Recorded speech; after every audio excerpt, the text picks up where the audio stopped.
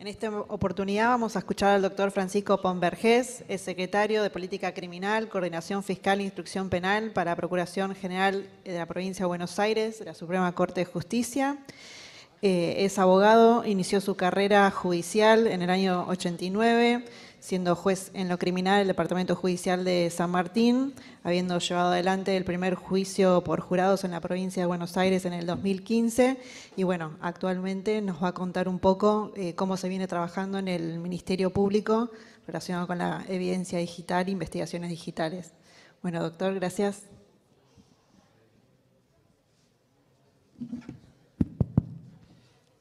Gracias, María Laura. Bueno, me siento en la tormenta perfecta. Muchos de los temas que pensaba tocar ya los agarró la doctora Dupuy.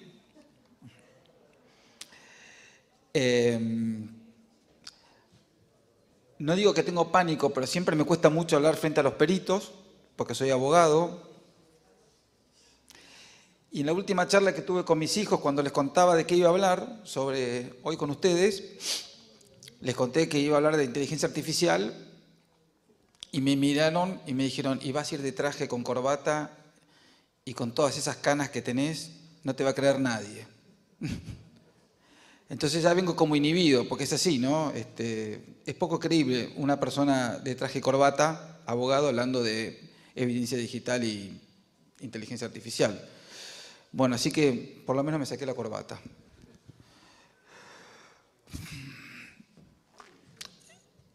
Y a ver.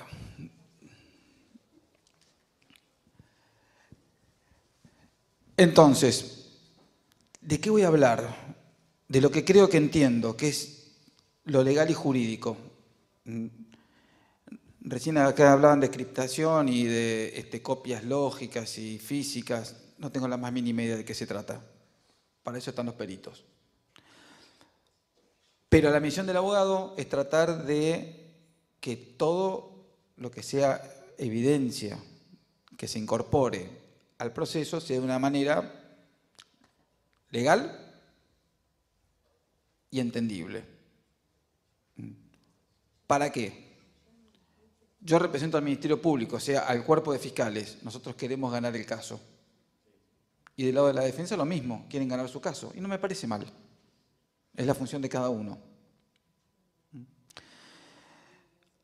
Ahora bien, para ganar el caso tenemos que tener pruebas, porque los hechos hablan, y convencer al soberano, que es el juez, con un agregado peor, que es que con el juicio por jurado, el juez deja de ser un abogado y son 12 personas del público del pueblo. Entonces hay que convencer a esas personas del pueblo que tienen ocupaciones muy distintas, vivencias muy distintas y a los que le tenemos que hablar en un lenguaje claro y accesible. Entonces, ¿qué voy a tratar de hacer hoy? Explicar cómo incorporamos la evidencia digital al proceso, pero con una vuelta de tuerca. ¿Qué pasa cuando el productor de la prueba no es un humano? O sea, el productor de la información no es un humano, sino una herramienta de inteligencia artificial. ¿Cómo reacciona el derecho frente a eso? Bueno, vamos a desmitificar algunas cosas. En la Argentina conviven dos tipos de sistemas procesales, dos.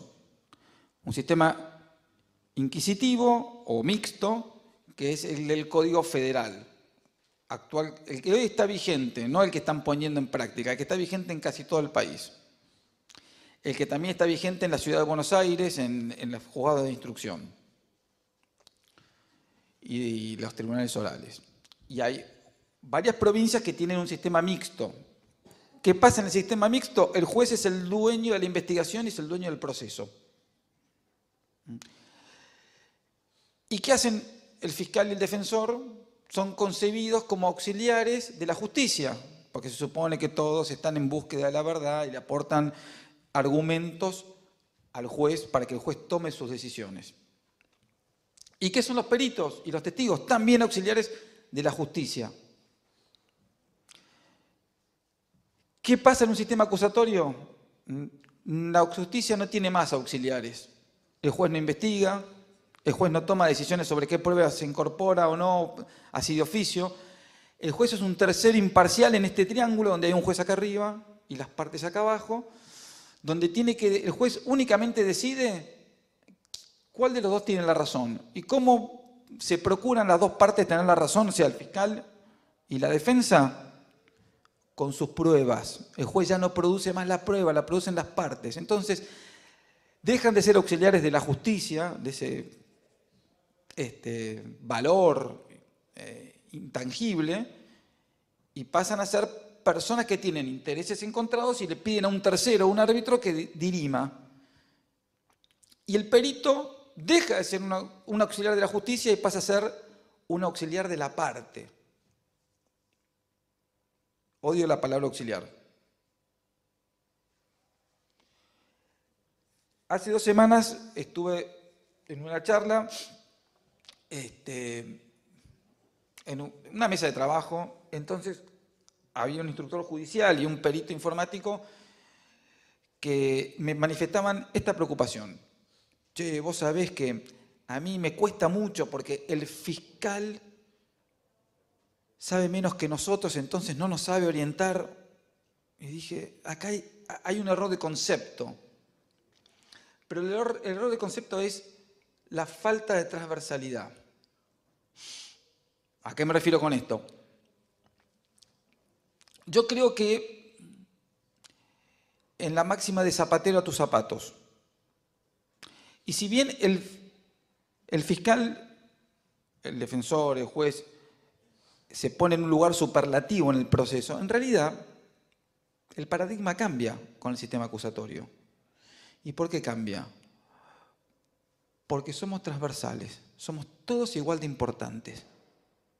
Y cada uno cumple su rol. En el sistema acusatorio el juez cumple su rol, que es decidir. El fiscal el de acusar, el defensor el de defender. Pero del lado de la fiscalía o de la defensa, ¿quién es más importante? ¿El abogado, el fiscal o el perito informático o el instructor? Y la pregunta es, ¿qué hace el fiscal sin el perito? ¿Qué hace el fiscal sin el instructor? Y viceversa. Entonces yo creo, sinceramente, que hoy en día el trabajo es en equipo y en pie de igualdad. Ustedes me van a decir, bueno, pero el fiscal cobra más, porque el sistema es así, porque viene de antes. Pero son tan importantes en una investigación, en una acusación, el perito, el investigador, analista, ya lo voy a explicar a eso, como el fiscal. Y en realidad no tiene sentido que el fiscal dé instrucciones sobre algo que no entiende, sino que las líneas de acción, la teoría del caso, que es el hecho por el cual se está acusando, se está investigando, tiene que ser delineado entre todos los actores de ese equipo. Fiscal, perito, investigador. Yo estoy hablando siempre desde el lado del Ministerio Público, recuerden. Ahora bien, el sistema procesal acusatorio implica que hay una investigación que no es jurisdiccional. ¿Qué quiere decir que no es jurisdiccional? Que no hay un juez que recibe la prueba en actas, pone su firma y ya automáticamente transforma en prueba todo lo que se va incorporando al expediente. Ahora el fiscal tiene que hacer su investigación propia, el defensor la propia, y llevar ese material a un juez, en distintas etapas. En la primera etapa, en la etapa de investigación, para convencer al juez de garantías que hay méritos suficientes para ir a juicio. Cuando estamos en juicio tenemos que empezar a litigar. ¿Y dónde litigamos? Y ustedes me van a decir, en el juicio oral, error. Se litiga en toda la etapa de juicio, en la etapa previa de admisibilidad de prueba y en la etapa de juicio propiamente dicha. Y si ustedes me preguntan a mí, ¿dónde se litigan más fuertemente o con más énfasis las pericias informáticas? En la etapa de admisibilidad.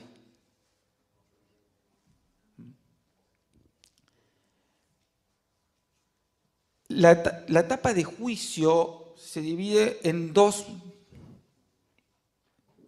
se divide en dos clústeres, por decirlo de alguna manera.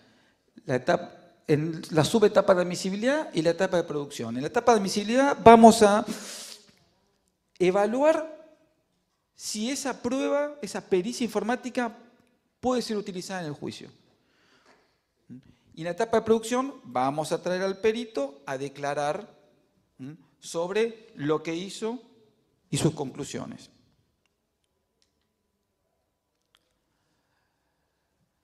Algunas cuestiones antes de que avance sobre admisibilidad y producción. Evidencia, prueba, medios de prueba. Lo que le tiene que quedar en claro es que durante la investigación y hasta el momento de la etapa de admisibilidad de la prueba, solamente tenemos elementos de convicción o evidencia. Nada de lo que se produce durante la investigación es formalmente prueba. Prueba, o sea, transformamos la evidencia en prueba cuando la producimos en el debate, enfrente del juzgador, o sea, el juez, tribunal, jurado que va a juzgar, en condiciones en las cuales la contraparte pueda controlar lo que estamos produciendo. Si la prueba o si el elemento de convicción que llevamos al juicio no tuvo un control previo, bueno, lo controlamos en el juicio. Ahí se convierte en prueba. Hasta entonces es elemento de convicción. Y solamente lo que es prueba producida en el juicio es lo que se puede tener en cuenta para la condena. Por eso se dice que todo lo producido con anterioridad, si no pasa por el juicio, no sirve para sostener una condena. Concepto propio del sistema acusatorio. Por eso es tan importante la trazabilidad, que es establecer que aquello que fue secuestrado, procesado, analizado, producido durante la etapa de investigación es lo mismo que luego se ve en el juicio. Por eso es importante también, ya lo vamos a ver, que toda evidencia, no solamente la evidencia digital, toda evidencia que no sea testimonial tiene que ser autenticada. En el juicio tenemos que demostrar que aquello, que ese documento, video que decimos que es realmente lo que decimos que es. No es un invento. No está falsificado. La evidencia digital, no les tengo que decir, tiene un reto en particular. Volátil, frágil, replicable. No hace falta que se los explique. Está en la presentación que se los voy a dejar. Pero básicamente es, la evidencia digital puede desaparecer en cualquier momento, se puede alterar fácilmente, y no hay diferencia entre los originales y las copias, por decirlo de alguna manera. Entonces, teniendo esto en cuenta, ¿qué pauta nos da la evidencia digital? Que la evidencia digital, al contrario de otro tipo de evidencias, necesita de la intervención de un experto. Siempre. ¿Para qué? Para cumplir con estos pasos. La identificación, la recolección, adquisición y la preservación. La evidencia digital siempre necesita de la participación de un experto. ¿El experto tiene que ser perito? No necesariamente.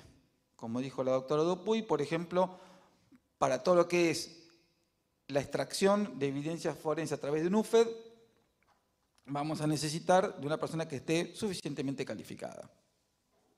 Lo cual nos lleva a otra cuestión que ya he planteado en una anterior Infoconf y que me ha merecido la declaración de persona no grata, que es,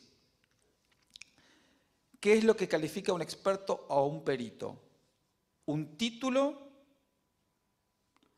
o el tipo de operación que tengo que realizar? El gran dilema. En un sistema mixto, auxiliar de la justicia, formal, dice, tiene que tener título y estar inscripto en una lista aprobada por la Corte, porque son auxiliares del juez. En un sistema acusatorio es más flexible. Lo que necesito demostrar es que la persona tenía una expertise para llevar a cabo su función. Ahora ustedes me preguntan a mí, ¿y usted qué quiere, doctor? Quiero un perito. Pero si me traen una persona suficientemente certificada que me convence que supo manejar todo esto y que me lo sabe presentar, queda en el juez aceptarlo. Principio que rige en el sistema acusatorio de amplitud de la prueba.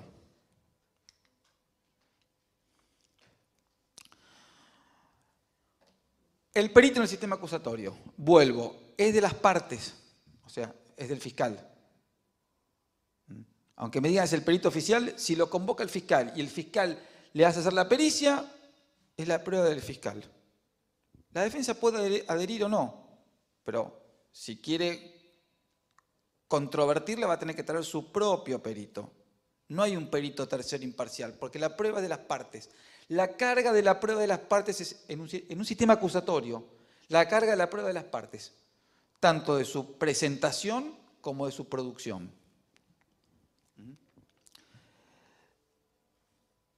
Calificación. ¿El perito es idóneo? ¿Sirve para esta operación en particular? Una extracción, una copia forense, una desencriptación, lo que sea que hagan. Bueno, hay que demostrarlo en la etapa de admisibilidad. Si yo no demuestro de antemano que el perito es idóneo, el juez no tiene por qué admitir esa prueba. Lo tengo que litigar en la etapa de admisibilidad. Por eso el Código Procesal Penal de la Provincia de Buenos Aires tiene una audiencia, que es la audiencia del artículo 338, donde se litiga la admisibilidad de la prueba.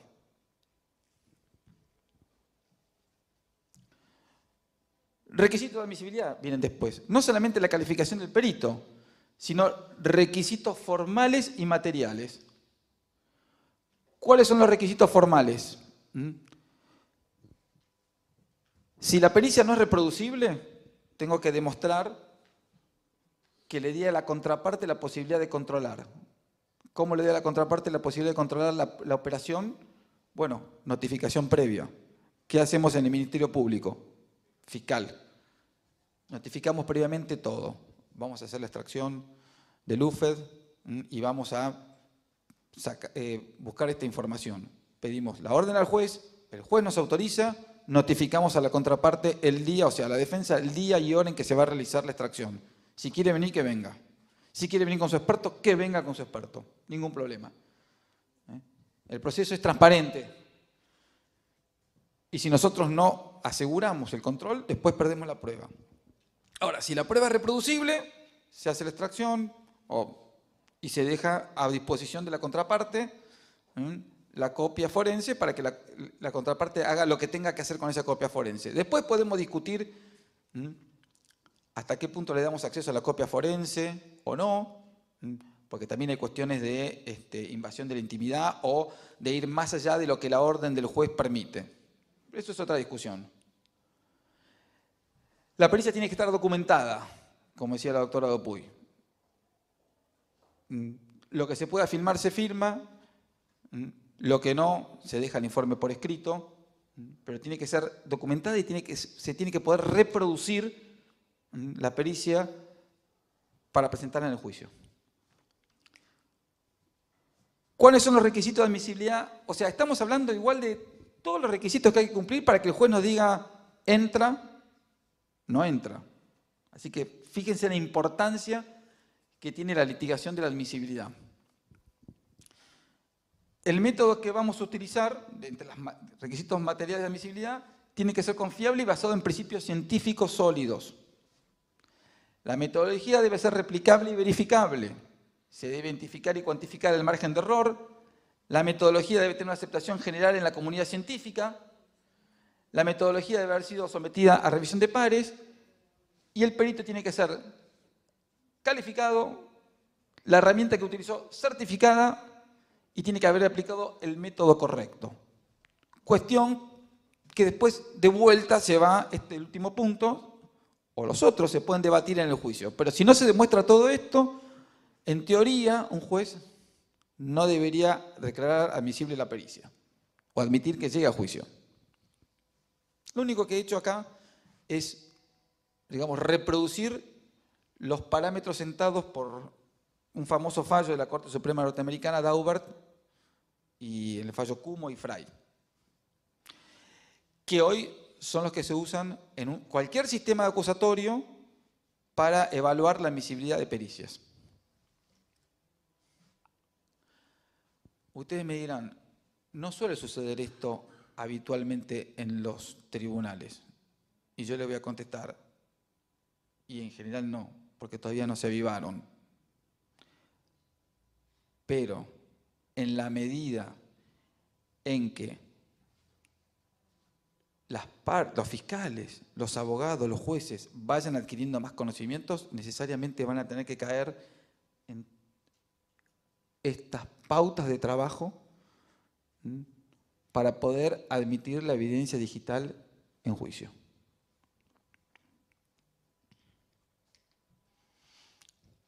Ahora bien,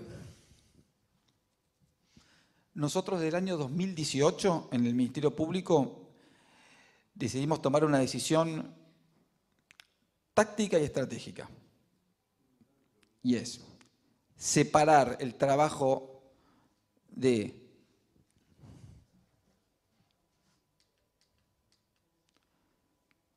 tratamiento de la evidencia digital del trabajo de análisis. Tradicionalmente se concentraba todo el tratamiento de la evidencia digital y su análisis posterior en el perito informático, o por lo menos era lo que hacíamos en el Ministerio Público de la Provincia de Buenos Aires. Ahora lo que estamos haciendo es separando el trabajo. El perito adquiere, preserva la evidencia digital y la pone a disposición del analista. El analista agarra la evidencia digital y empieza a procesar los datos.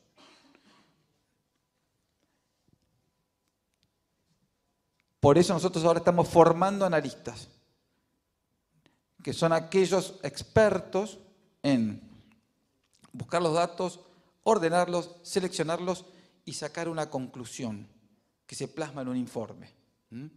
Entonces, la función del analista es interpretar la evidencia digital para darle un sentido en función de la teoría del caso. Es como un investigador digital, no es perito. De hecho, no están en las listas de las especialidades de la Corte Suprema el analista digital. Es una figura que nosotros creamos. ¿En carácter de qué declara? En principio vendría a ser un testigo, o si se quiere un idóneo. ¿Por qué? Porque no tiene un método científico que lo avale. Lo que hace es analizar la información y darle un sentido, que en realidad tendría que ser el trabajo de cualquier investigador / fiscal. ¿El fiscal qué hace? Recibe un montón de información, declaraciones testimoniales, pericial, documental, prueba de informes, y con eso que elabora la teoría del caso. Esto es más o menos lo mismo.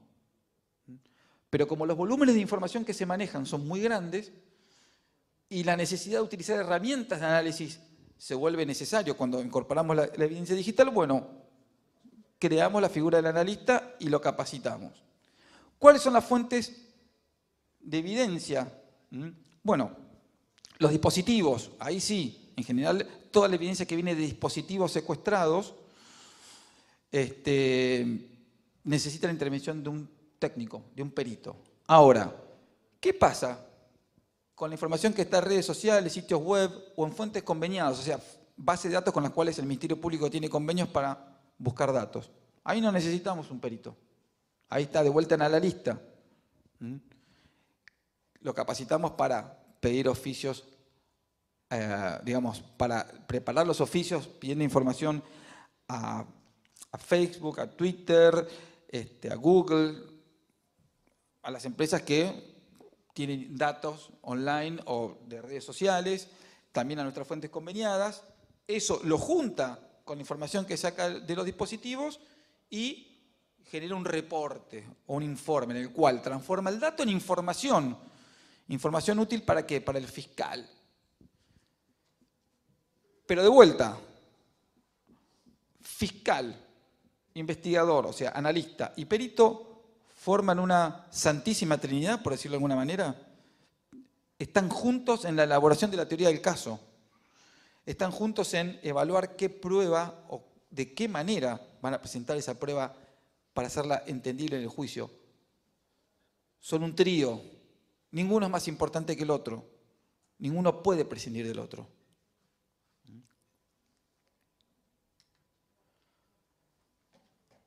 Y ahora llegamos al punto crucial. Hace poco me preguntaban a mí, yo soy secretario de Política Criminal, para que se entienda un poquito, soy la persona que de alguna manera ayuda a delinear las políticas de persecución del Ministerio Público, de los fiscales en la provincia de Buenos Aires. Entonces me preguntaban, bueno, ¿cuántas tenemos que crear fiscalías de ciberdelitos? ¿Cuánta gente necesitamos? ¿Cuántas fiscalías por departamento judicial? Y como soy de pensamiento lento, dije, déjenme pensar, a ver cómo lo hacemos. Y yo creo que no hay que crear fiscalías de ciberdelitos. O hay que tener una por departamento judicial. ¿Saben por qué? Porque en el futuro el delito común va a ser el ciberdelito. Entonces, ¿qué necesitamos hacer? Capacitar a toda nuestra gente, a los fiscales, secretarios, instructores judiciales, auxiliares letrados, todos tienen que tener conocimientos en, primero, evidencia digital y después discutamos el ciberdelito. ¿Y por qué hago estas diferencias? Porque en realidad el universo de ciberdelitos, depende cómo lo caractericemos, es hoy relativamente chico. Hoy. Lo que más ha crecido son la pornografía infantil, las ciberestafas.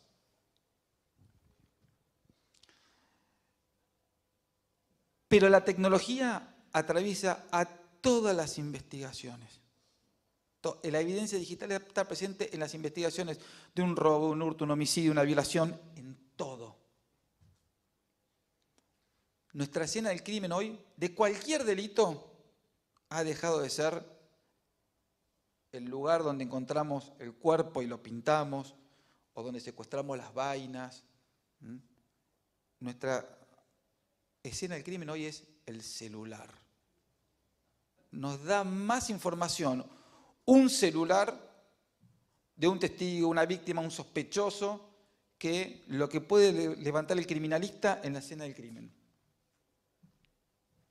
Hoy, cruzando antenas, extrayendo información de los mensajes que se cruzaron los sospechosos con la víctima, con el testigo, tenemos un panorama probatorio, las cámaras de seguridad, tenemos un panorama probatorio mucho más amplio y más rico que empezar a tirar de la cuerda a partir de los rastros físicos y empezar a hacer inferencias.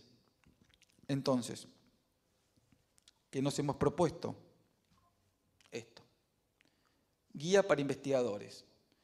Tenemos una guía interactiva que le enseña o a la cual pueden recurrir todos los fiscales, todos los secretarios, todos los funcionarios del Ministerio Público para saber cómo, para entender cómo se hace un oficio o una comunicación o se congela una cuenta de Facebook o se hace un oficio, por ejemplo, lo que decía a Google, a Twitter, a Microsoft, a WhatsApp, a lo que sea, cómo se levanta la evidencia digital en la escena del crimen, todo accesible para nuestra gente. También damos cursos, capacitamos obligatoriamente en investigación en entornos digitales, que ese es el, digamos, hoy en día hacia dónde apuntamos. Que todos los investigadores del Ministerio Público, los que investigan y los que luego van a juicio, sepan cómo actuar en un entorno digital, cómo recolectar la información de un entorno digital. Que repito, va más allá, ¿no es cierto?, del ciberdelito.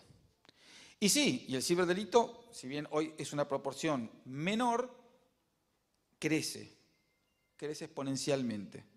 Por ejemplo, las ciberestafas del 2022 al 2023 y la proyección que tenemos al 2024, quizás me equivoco, pero creo que crecieron 16 veces. Ningún otro delito creció tanto. Por lo menos no de los que se cometen en la provincia de Buenos Aires. Bueno, pero el panorama se complica. Se complica. Sí. Le sumamos una vuelta de tuerca. Sistema acusatorio, evidencia digital, te lo estuvimos hablando, su incorporación, su admisibilidad en el juicio, ¿no? Al final vamos a hablar un poco de la producción en el juicio para desmitificar algunas cosas, pero se suma algo más, que es la inteligencia artificial. El 2023 yo creo que fue el año en el cual explotó la inteligencia artificial. Este año, creo que levante la mano quien no ha utilizado una herramienta de evidencia digital al menos una vez.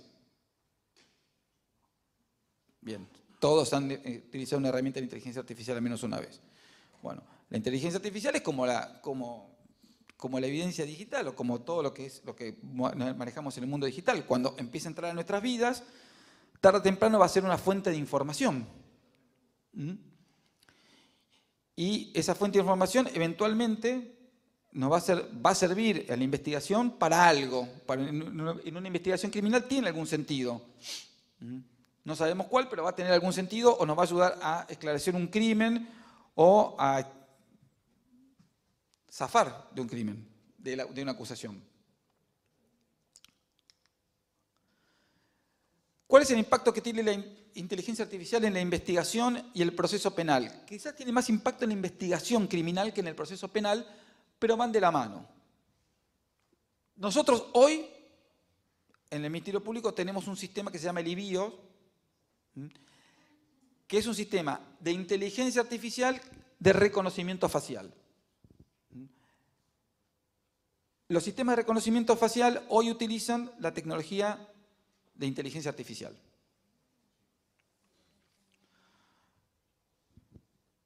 Voy a hacer una aclaración y recuerden, soy un abogado, no soy un experto. Es un sistema de inteligencia artificial al que nosotros llamaríamos sistema experto. No es un sistema de inteligencia artificial generativa, sino que es un sistema experto. El sistema experto, según tengo entendido, es el que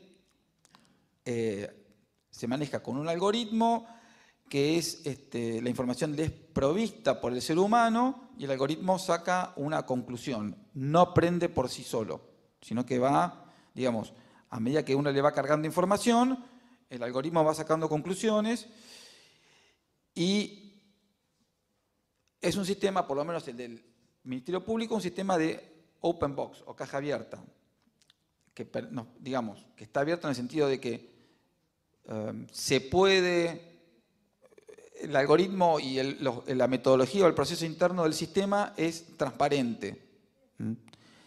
Y aparte hay un control sobre el tipo de información que le vamos cargando. Entonces, el resultado del reconocimiento facial puede ser explicado en un juicio. Y si puede ser explicado en un juicio por un experto, puede utilizarse como evidencia. También se utiliza como policía predictiva, como, digamos, para establecer patrones de conducta y hacer, digamos, individualizar hotspots o determinados patrones de conducta que nos permite anticipar posibles lugares o escenas donde se pueden llevar a cabo crímenes. La informática forense digital también se utiliza. Nuestros analistas que analizan la información utilizan sistemas basados en inteligencia artificial como el Pathfinder, o sea que para la detección de, por ejemplo, imágenes y vinculación de imágenes o para buscar en la red caras o patrones de conducta, bueno, hay una herramienta interna de inteligencia artificial que permite clasificar o identificar cierta información de utilidad para la investigación. La inteligencia artificial también se utiliza para los reconocimientos de voz, las voice prints, y hoy en día la inteligencia artificial vamos a tener que empezar a utilizarla para lo que son los deepfakes. ¿Mm? Está claro de qué hablo cuando hablo de deepfakes, o sea, las imágenes, videos, audios falsificados a partir también de herramientas de inteligencia artificial.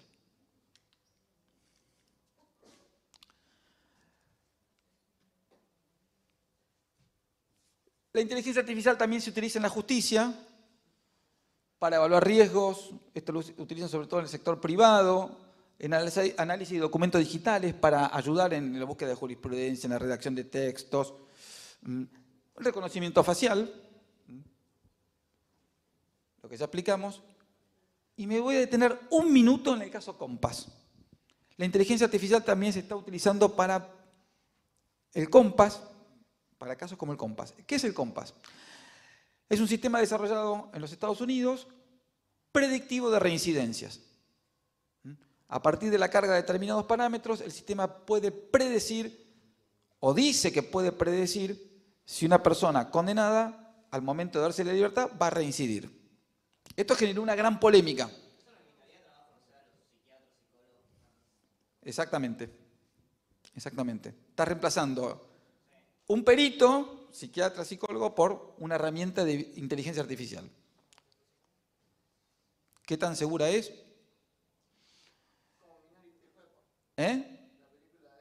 Como Minority Report.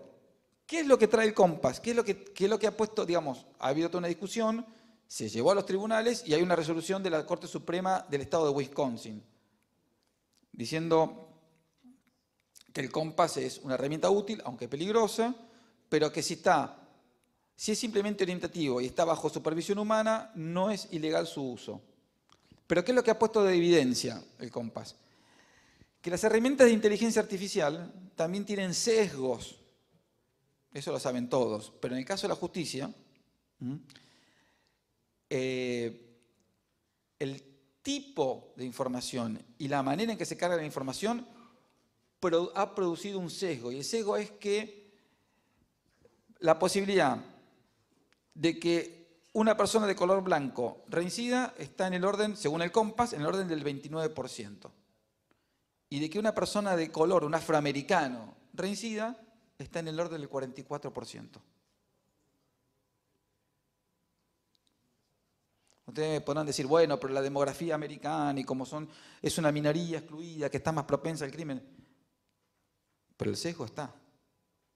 Mismas condiciones, mismo tipo de delitos, el porcentaje que arroja el sistema de que reincida un blanco y un afroamericano varía sustancialmente.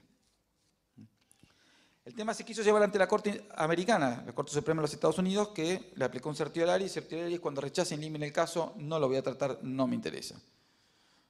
Con lo cual, hoy existe el Compass y está muy cuestionado su uso. Pero, voy a dar vuelta la taba. ¿Y qué pasa, por ejemplo, si utilizamos el Compass para la determinación de la pena?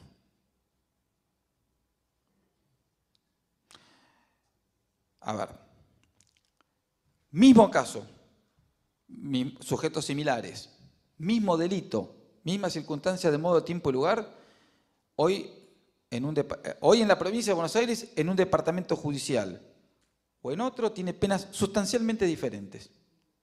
Un robo con armas en un departamento judicial capaz que tiene 5 años y un hecho similar en el departamento judicial vecino le dan 7, 8 años. Entonces, pensemos, ¿no sería una herramienta útil para igualar, para hacer una aplicación igualitaria de la ley? Lo dejo como incógnita. En realidad traje más preguntas que respuestas. Lo podemos discutir, puede ser bueno, puede ser malo, pero lo que quiero decir es, las herramientas intrínsecamente no son ni buenas ni malas, sino el modo en que se las utilizan. Y si algo tiene que quedar en claro es que toda herramienta de inteligencia artificial, por lo menos en el ámbito del derecho y la justicia, necesita de la supervisión humana y la última palabra la tiene que tener el hombre. No la puede tener el sistema. ¿Y por qué digo esto?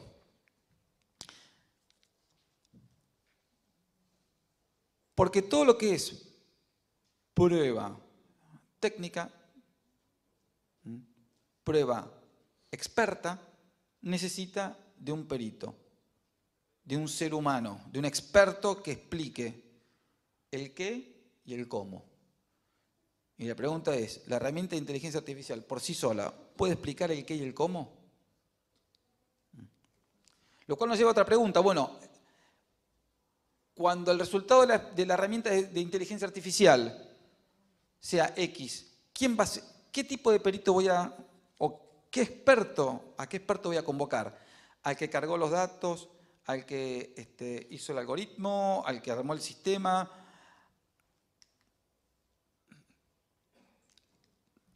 Entonces ahí vamos.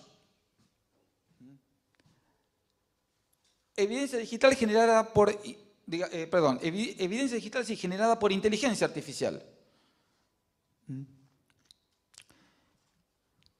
No inventé nada, ¿eh? Esto es lo que se usa hoy en los Estados Unidos. Quiero decir, no soy un abogado generativo.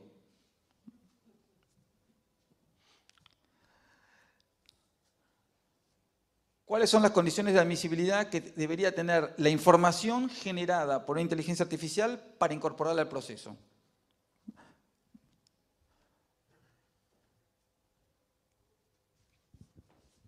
Estos son los 4 que tiene cualquier evidencia digital. Tiene que ser pertinente, o sea, está relacionada con el caso. Tiene que tender a aprobar o desaprobar uno de los elementos de la teoría del caso. Autenticada. ¿Qué quiere decir autenticada? Tiene que haber alguien que explique que la información generada por la inteligencia artificial es verídica.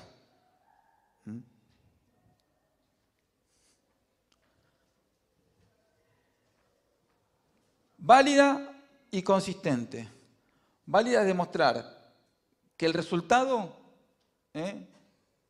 es el resultado lógico del proceso interno de la herramienta de inteligencia artificial. Si cargo A, entonces B. Y consistente, que el resultado válido se repite en las mismas condiciones. O sea que el sistema cargando siempre la misma información o haciendo la misma pregunta me va a dar siempre la misma respuesta, que no va variando.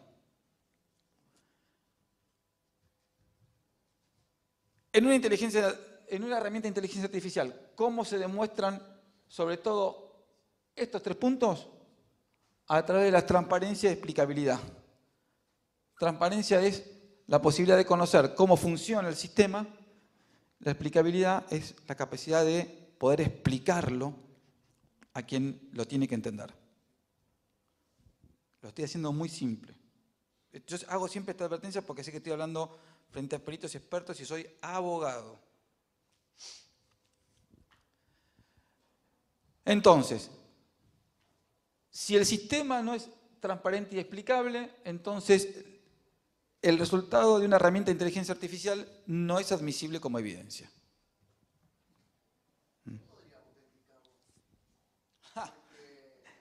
Es la gran pregunta, es lo que yo le decía recién. Bueno, ¿quién autentica?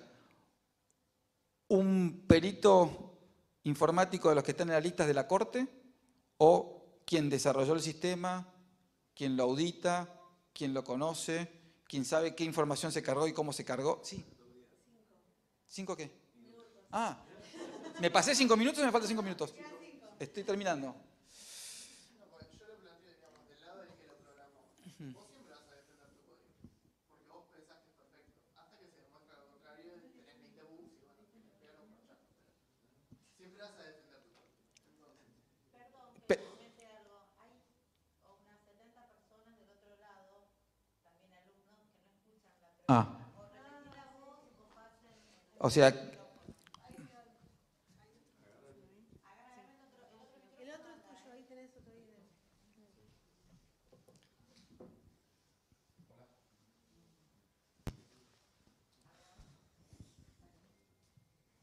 Hola. no, si la pregunta era quién puede llegar a autenticar, porque el que lo programó, por ejemplo, siempre va a defenderse a sí mismo de que hizo bien su trabajo. Y el que carga la información va a decir, no, yo también hice bien mi trabajo. Y todos van a decir que hicieron bien su trabajo. Yo te voy a hacer otra pregunta. ¿Quién autentica un código en el cual es un producto privado que no quiere mostrarte el código, ni quiere demostrarte cómo cargó la información? ¿Y quién autentica cuando se trata de un sistema de inteligencia de Machine Learning, Deep Learning, donde es la máquina la que toma las decisiones? No lo sé. ¿Quién autentica? Sí.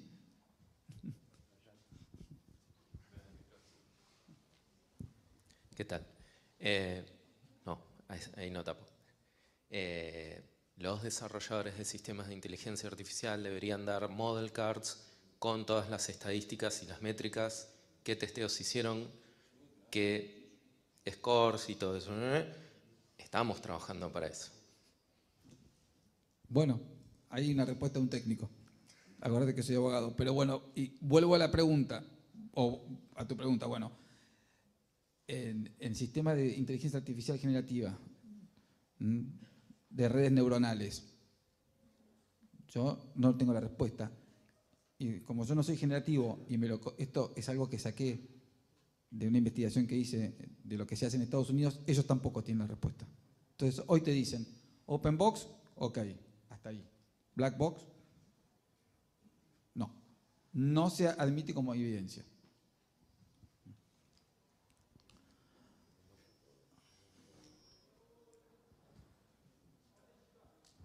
Toda esta vuelta, que fue solamente introductoria, para terminar en esto. El perito y el analista en el juicio. La declaración del perito. Buah. No quiero generar una polémica con el doctor. En un sistema acusatorio, el que no prepara al testigo hace mal su trabajo. Pero preparar no es decir, tenés que declarar esto, tenés que mentir. No. Preparar es advertir al perito qué es lo que puede suceder en el juicio. Preparar es asegurarse que el perito, antes del juicio, esté en capacidad de hablar con un lenguaje claro y asequible y entendible para el juzgador cuáles fueron las operaciones que realizó y cuáles fueron las herramientas utilizadas y las conclusiones a las que llegó y el por qué. O sea, dar explicación de su pericia. No es, en el caso del perito, a diferencia del testigo, el perito no está declarando sobre hechos que pasaron ante su presencia por única vez en la vida, sino que está dando una opinión de la aplicación de su conocimiento experto a determinados fenómenos. Entonces, no es un ejercicio de memoria. En el sistema acusatorio, el perito puede declarar con el informe en la mano. ¿Por qué? Porque no se trata de incorporar por lectura la pericia y se la tiro por la cabeza, sino que se trata de escuchar al perito a partir de preguntas que hace el fiscal y preguntas que le va a hacer la contraparte, la defensa, en el caso de que sea un perito de la fiscalía, viceversa si es un perito de la defensa. Y con la única información que el juez o el jurado deberían tomar una decisión es con lo que se habló en el debate, no con las incorporaciones por lectura que en un sistema acusatorio no deberían existir. Más allá de que existen, no deberían existir. Entonces, el perito debe justificar sus conclusiones a viva voz en frente del jurado, en frente del juez. ¿A partir de qué? De las preguntas que le vayan haciendo las partes. Con lo cual, tanto el fiscal como la defensa tienen que estar preparados para hacer un interrogatorio que cubra todos los puntos que quieren resaltar. En el analista pasó lo mismo, con la única diferencia que el analista no es un perito, pero va a tener que explicar cómo arribó a las conclusiones a las que arribó y cómo hizo el análisis de la información.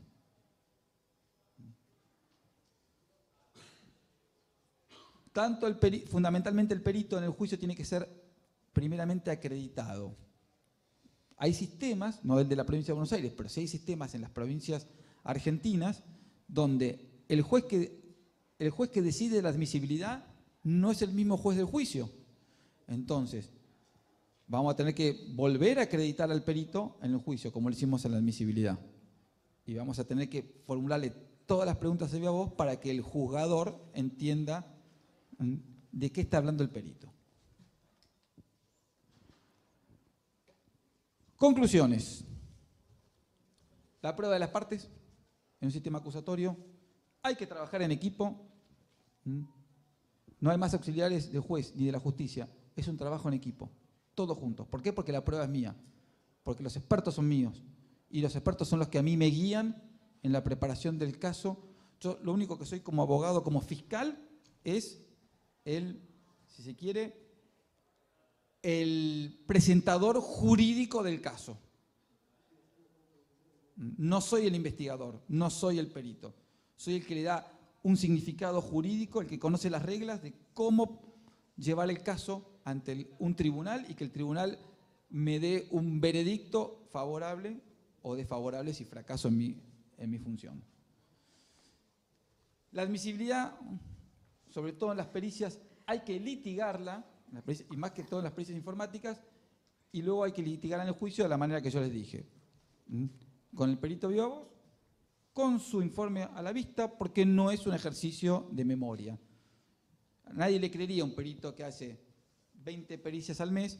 ¿Se acuerda una pericia que usted realizó el 23 de agosto de 2023? Sí, me acuerdo, porque ese día justo llovía, era el cumpleaños de mi hijo. No. Más vale blanquear. Tengo acá el informe, me reuní con el fiscal, me anticipó qué preguntas me iban a hacer y acá estoy. No vengo a mentir, vengo a dar una explicación clara de lo que hice y sabiendo esto, que es un perito de la fiscalía. Como el perito que trae a la defensa es un perito de la defensa. Entonces el juez ya no juega más a la ficción. Sabe que los dos están declarando de una manera que favorece a la parte que los presenta, si no la parte no lo presentaría. Bueno, con ese recaudo el juez evalúa la prueba. Bueno, y como conclusión, para no creerle a la inteligencia artificial, como este PowerPoint lo hice con el Gamma, que es una herramienta de inteligencia artificial para hacer PowerPoint, sin que yo le pidiera nada, saco esta conclusión, que está buenísima, pero no es mía. Muchas gracias.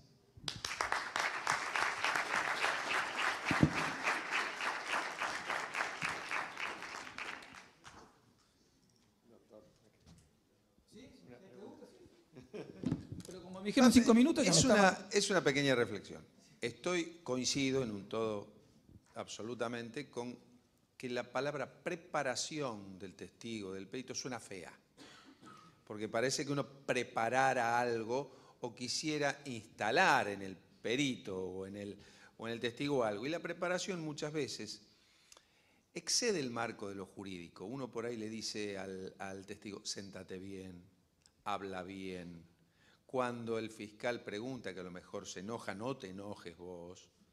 Son esas cosas que van conformando, y a esa preparación sí coincido. Pero ahora quiero hablar del compás.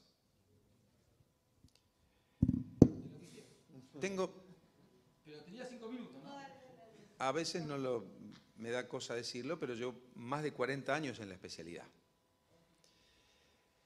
Y me preocupa que un sistema pueda predecir qué efecto hizo el encierro en un individuo a los efectos de saber si va a reincidir o no va a reincidir. No descubro nada nuevo cuando digo que la mente humana es impredecible. Mal podría una herramienta, por más tecnificada que esté, predecir un comportamiento humano a futuro, que no está solo provisto de su desarrollo, sino de lo cuánto incidió el entorno en él. Ese es el primer punto. Y el segundo punto tiene que ver con la imposición de la pena. Es cierto, yo coincido, que en departamentos judiciales vecinos el mismo delito puede tener otras penas. Pero esto también hace al individuo que juzga y también hace las circunstancias de tiempo, modo y lugar en que se evalúa un agravante, que es a lo que estamos diciendo. La nocturnidad ha sido considerada históricamente un agravante porque coloca en estado de indefensión a la víctima y a su vez al autor del hecho le da cierta ventaja para obtener su impunidad. Esto es más viejo que el tiempo. Pero lo cierto es que esa nocturnidad puede estar plagada de condiciones. El individuo, la víctima sorprendida puede estar en presencia, junto con un menor, junto con su esposa, haberlo afectado más o haberlo afectado menos. Y otra nocturnidad, en otro hecho, puede haber sido la simple nocturnidad. Y eso juega en la evaluación de la pena a imponer. Y ambos individuos no tendrían por qué recibir con un algoritmo la misma pena. Es una opinión, ¿eh? No tendrían que recibir la misma pena porque se quitaría de este caso la propia observación judicial. O sea, quitaríamos al actor, uno de los actores importantes de este proceso, que es el juez, que debe evaluar esto, lo quitaríamos de esta evaluación suplantando esto por un algoritmo matemático, que no minimizo, no puede servir para muchísimas cosas, pero me da la sensación que para esto es complicado. Las máquinas para determinar situaciones son complicadas. Estados Unidos, si bien es cierto que usa el polígrafo, no le ha dado al polígrafo toda la fuerza como para determinar si un individuo miente o dice la verdad. Eso es todo.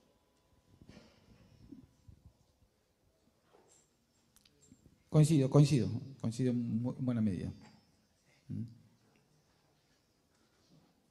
No hay preguntas, Cintia, así que cumplí con los 5 minutos. Bueno, la verdad que te agradezco un montón. Daba para hacer horas de Francisco Pon Vergés. Y daba para más. Lo que pasa es que, bueno, obviamente hay un tiempo. La verdad, yo te agradezco que siempre vengas a todas las Infocom. Está Infocom y está Francisco. Un genio. Todavía me siguen invitando. Sí. Te súper agradezco, es un placer tenerte. Gracias.